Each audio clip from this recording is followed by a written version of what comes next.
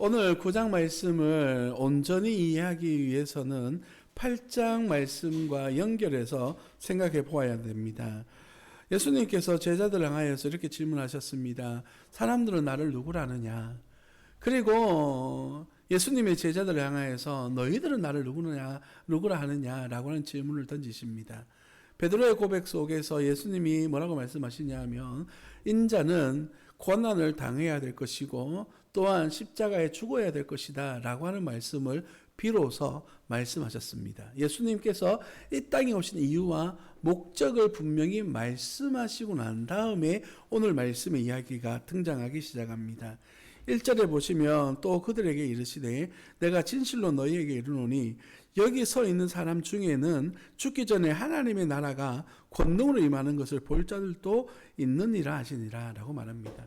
하나님의 권능, 하나님의 임재, 하나님의 나라가 권능으로 임하는 것을 볼 사람들도 있을 것이다 라고 말씀하셨는데 그 말씀의 성취가 바로 2절부터 있어지는 13절의 말씀입니다. 특별히 세 명의 제자들에게 하나님 나라의 특별한 놀라운 일들을 경험하게 하시는 그런 사건이 바로 오늘 본 말씀의 이야기입니다.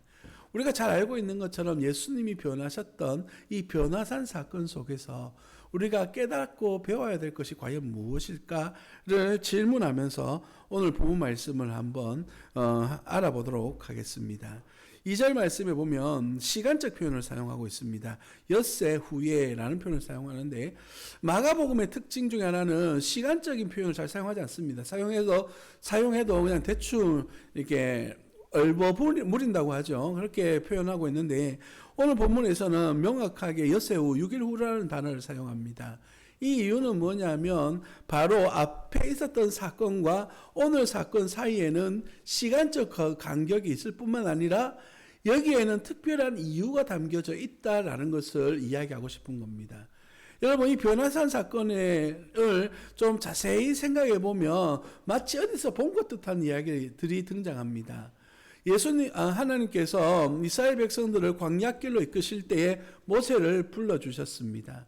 그리고 시내산에서 하나님의 언약의 약속의 말씀을 주실 때에 모세와 함께 그들 가운데에 지도자들을 하나님께서 시내산으로 부르셔요.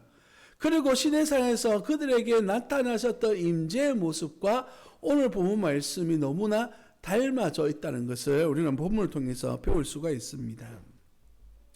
엿새 후에 라는 표현 또한 모세가 이스라엘 백성들을 이끌고 시내산에서 6일 동안 머물면서 하나님의 약속의 말씀을 받았습니다. 하나님을 만나게 되어졌습니다. 그 시간적 표현과 연결되어지고 있고요. 따로 높은 산에 올라가셨다라고 표현되어지고 있는데 높은 산 또한 시내산을 의미하기도 합니다.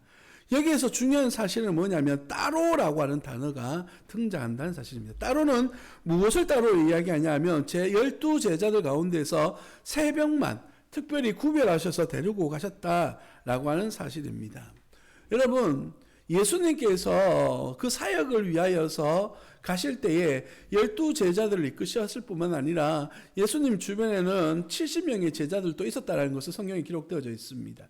뿐만 아니라 허다한 무리들이 예수님을 따라 살았기 때문에 예수님의 제자들이 많았다라고 말할 수가 있죠. 그 중에서도 특별히 12명의 제자를 부르시고 그 이름이 성경에 기록될 만큼 중요한 위치를 차지하고 있었던 것이 바로 12명의 제자들이었습니다. 그런데도 불구하고 오늘 예수님께서는 따로 3명의 제자들을 이끄시고 산에 오르셨습니다. 예수님이 산에 오르신 이유가 무엇일까요? 누가복음 말씀에 보면 예수님께서 기도하시기 위하여 산에 오르셨다라고 기록하고 있습니다. 예수님께서 산에 올라서 기도하실 때는 특별히 이런 경우들이 많습니다. 사역이 끝나고 난 다음이거나 또한 특별한 사역을 준비하는 과정에서나 그리고 우리가 가장 기억을 많이 하는 것 중에 하나 예수님이 십자가에 달리시기 전날 밤에 산에서 기도하셨던 장면을 기억해 본다면 예수님께서 산에 오르신 이유는 하나님과의 영적 깊은 교제를 통하여서 하나님 나라의 놀라운 일들을 이루시기 위한 특별한 시간을 가지고 있는 것이에요. 바로 8장과 연결해서 생각해 보자면 예수님께서 이제 본격적으로 그 십자가를 향하여 가시는 그 여정 속에 기도하시면서 3명의 제자를 따로 부르셨다는 것입니다. 여기서 3명이 가지고 있는 의미는 무엇일까? 이 12제자들과 구별하시는 이유는 과연 무엇일까? 우리 한번 생각해 보아야 된다는 것이죠. 예수님께서는 이 3명의 제자를 부르시는 이유는 그들에게 특별한 사명을 부여하시기 위함입니다. 그들이 잘나서나 그들이 어떤 특별함이 있어서가 아니라 그들에게 부여해야 될 사명이 그만큼 중요하기 때문입니다. 12제자의 어떤 지도자격이라고 말할 수 있는 이가 바로 베드로이죠. 그래서 그에게 특별한 사명들을 부여하시기 위하여서 그들을 데리고 가신 겁니다. 이 말씀을 통하여 우리가 오늘 받고자 하는 첫 번째 은혜가 무엇이냐 하면 바로 우리 주님의 선한 일들 속에 무리들 가운데에 섞여져 있는 한 사람이 아니라 하나님의 특별한 일들을 함께 소유하고 앞으로 나아가는 그런 한 사람 한 사람이 되어지기를 예수님 이름으로 축복합니다. 우리는 교회 다닐 때에 이렇게 교회 다니는 일들이 많이 있습니다. 많은 사람들 사이에 섞여서 내가 있는 듯 없는 듯 드러나지 않는 그런 모습으로 교회 다니고 싶어 하는 분들. 그래서 많은 분들이 예수님을 이사 갔든지 특별한 상황이 생겨서 교회에 갈 때에 성도들이 많은 교회를 선호합니다. 그래서 그 사이에 섞여서 내가 누구인지 알아봐 주지 않기를 바라는 그런 마음으로 이렇게 있는 이들이 많아요. 하나님께서 원하시는 방법이 뜻일까요? 하나님께서는요, 주님의 나라를 위하여서 오늘도 헌신되어져서 하나님의 영광을 위하여 살아가시는 그 한 명을 부르시기를 원하시는 거예요. 베드로가 지금 이 장면에 드러나는 이유는 바로 이 변화산 사건에서 특별한 하나님의 은혜를 경험하게 하시기 위함입니다. 우리 마무리 쪽에서 다시 다루겠습니다만은 이러한 예수님의 변화된 모습을 바라보았을 때에 하늘에서 음성이 들렸어요. 뭐라고요?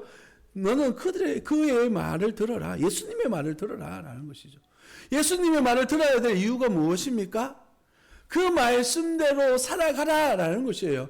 그 삶 속에는 그저 평범한 삶도 포함되어지겠지만 하나님의 나라와 그 영광을 위하여서 헌신되어지는 그러한 부르심의 상급을 바라보는 은혜가 또한 포함되어진 것이죠. 어떤 사역들이 우리에게 주어지고 있습니까?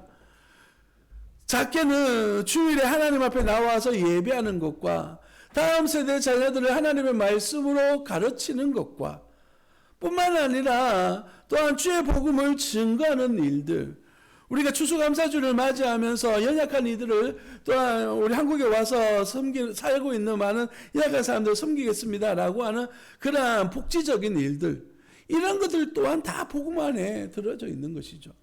여러분, 세계적으로 유명한 그 사역들 가운데 십자가를 그려놓고 하는 사역들 얼마나 많이 있습니까?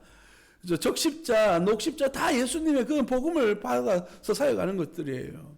그죠? YMCA, YWC 다 이런 복음적 사명을 가지고 사역하는 그런 모습들 아니겠습니까?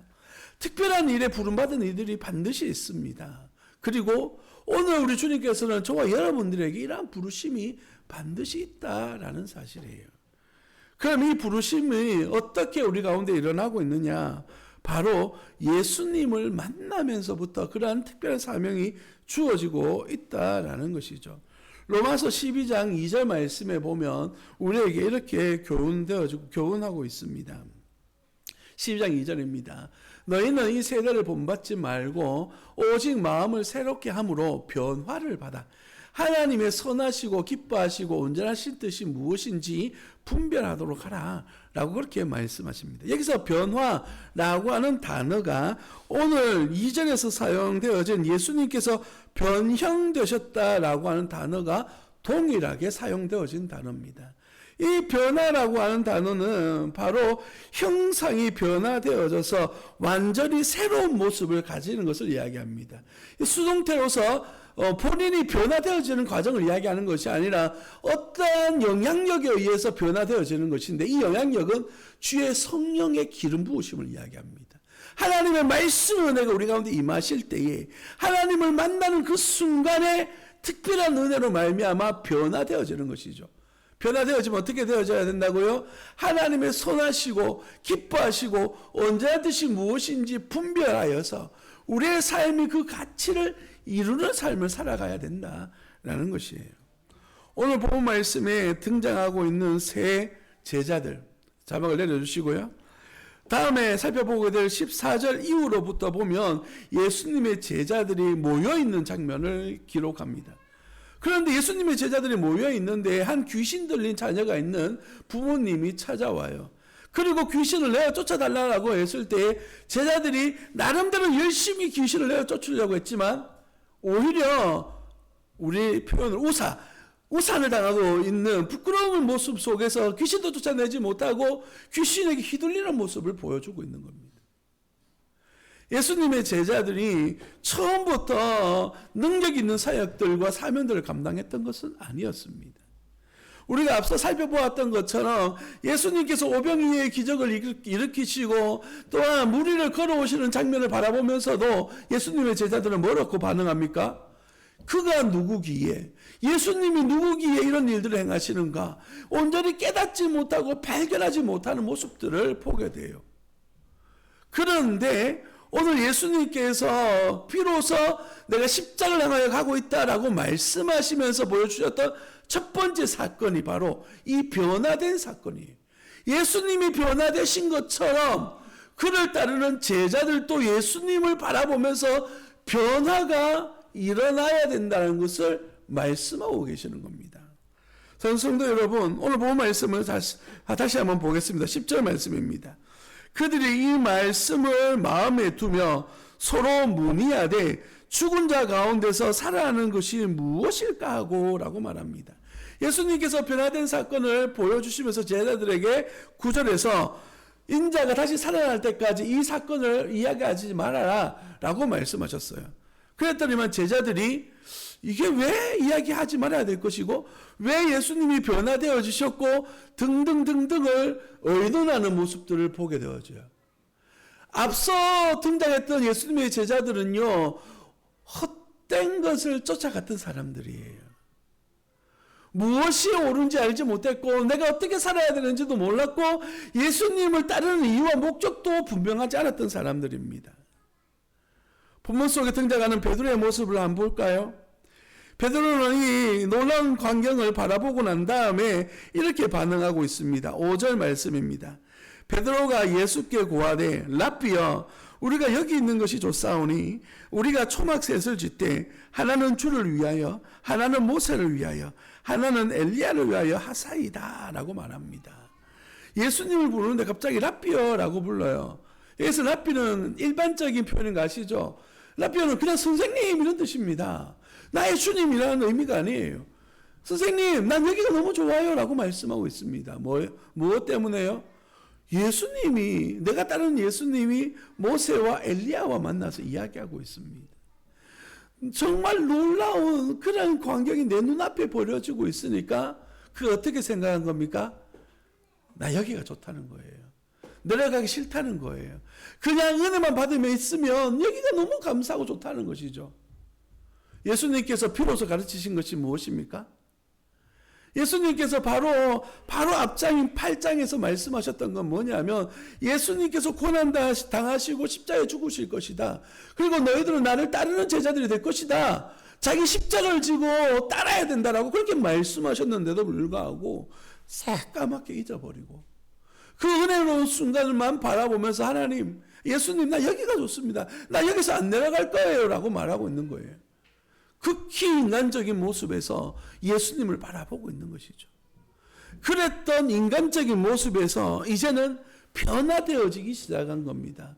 하나님 나라에 대해서 궁금해하고 하나님의 나라를 어떻게 따라갈 것인가 의논하고 예수님에게 질문하면서 변화되어지고자 하는 간절한 열망을 보여주고 있는 겁니다. 성도 여러분, 오늘 우리가 배워야 될 말씀이 바로 여기에 있습니다.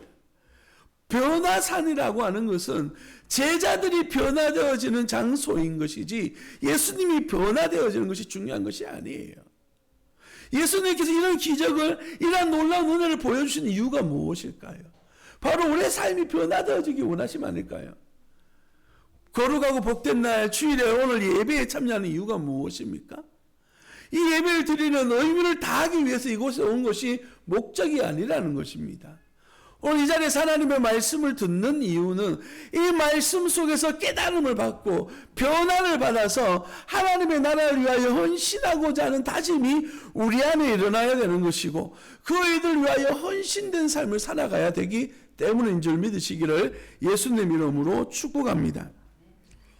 그래서 오늘 본문 말씀에서 이렇게 말씀하고 있습니다. 7절에 마침 구름이 와서 그들을 덮으며 구름 속에서 소리가 나되 이는 내 사랑하는 아들이니 너희는 그의 말을 들으라 하는지라. 하나님의 말씀이 예수님은 나의 아들이기 때문에 너희들은 그의 말을 들어라 라고 말씀하십니다. 여기 영적 의미가 하나 담겨져 있는데요. 구약으로 대표되어지는 모세와 엘리야, 구약 성경을 중심으로서 살아왔던 그들에게 이제는 그들이 아니라 예수 그리스도를 따르는, 예수 그리스도의 말씀을 따르는 삶으로 변화되어져야 된다라고 하는 사실을 말씀하고 있는 겁니다. 이제 예수님의 말씀을 듣고 그 말씀 앞에 순종하는 삶을 살아가도록 요구하고 있는 것이죠.